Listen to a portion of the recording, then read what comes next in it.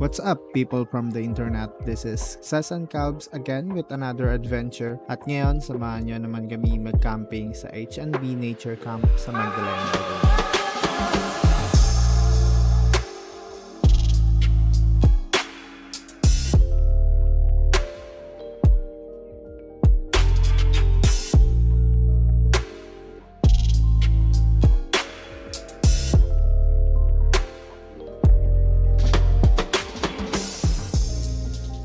Pagkatapos nga namin sa Ulugan Falls, dumiretso na kami agad ng biyahe dito sa may H&B Nature Camp. At pagdating namin sa may parkingan, sinalubong na agad kami ng kabayo para isakay yung gamit namin papunta sa camping site. At naglakad na nga rin kami agad papunta ng camping site. Hindi naman masyadong malayo yung lalakarin, around 15 to 20 minutes na kami naglakad, and patag naman yung daanan.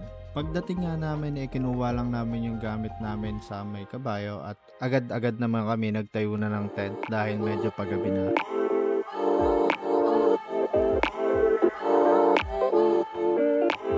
At pagkatapos namin magtayo ng tent, inayos ko na rin yung mga gamit na gagamitin namin pang luto para makakain na rin kami. Mamaya-maya lang nagluto na ang aking girlfriend ng napakasarap na pagkain at kumain na rin kami pagkatapos. Dahil inabot na nga rin kami ng gabi. At pagkatapos kumain, nagpahinga lang kami saglit at natulog na rin dahil plano namin gumising ng maaga kinabukasan. Time check, 4:58, nagising kami ng umaga. At since medyo masyado pang maaga, tignan nyo muna kung gaano kaganda yung view sa labas ng tent namin. Sobrang ganda at sobrang payapa. Mamaya-maya lang lumabas na kami ng aming tent para i-enjoy ang view sa labas ng aming tent.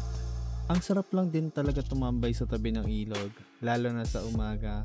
Yung hangin sobrang presko, walang ingay kundi yung tunog lang ng tubig, ng puno at mga ibon. Grabe, sobrang relaxing. Nakakalungkot nga lang kasi wala kaming dalang kape at sarado pa yung tindahan dito sa may camp kaya hindi kami makapagkape. At dahil hindi kami makapagkape, nilibot-libot na lang namin tong camp. Napakalawak. Pero ang swerte namin dahil konti lang ang tao. Talagang mararamdaman mo yung kapayapaan kahit sandali lang. Pagkatapos nga namin maglibot-libot dahil medyo napagod kami, naligo muna kami dito sa kanilang falls. Grabe, sobrang sarap talaga maligo sa ilog. Lalo na at sobrang linis at sobrang presko ng tubig. Natural yung lamig, parang binubura lahat ng stress. Walang ingay, puro nature lang. Sobrang simple pero sobrang saya at relaxing.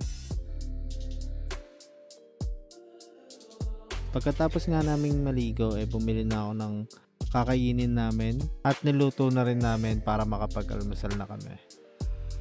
Pagkatapos nga namin magluto, agad-agad na kaming kumain dahil medyo late na yung breakfast namin kaya parehas kaming medyo gutom na.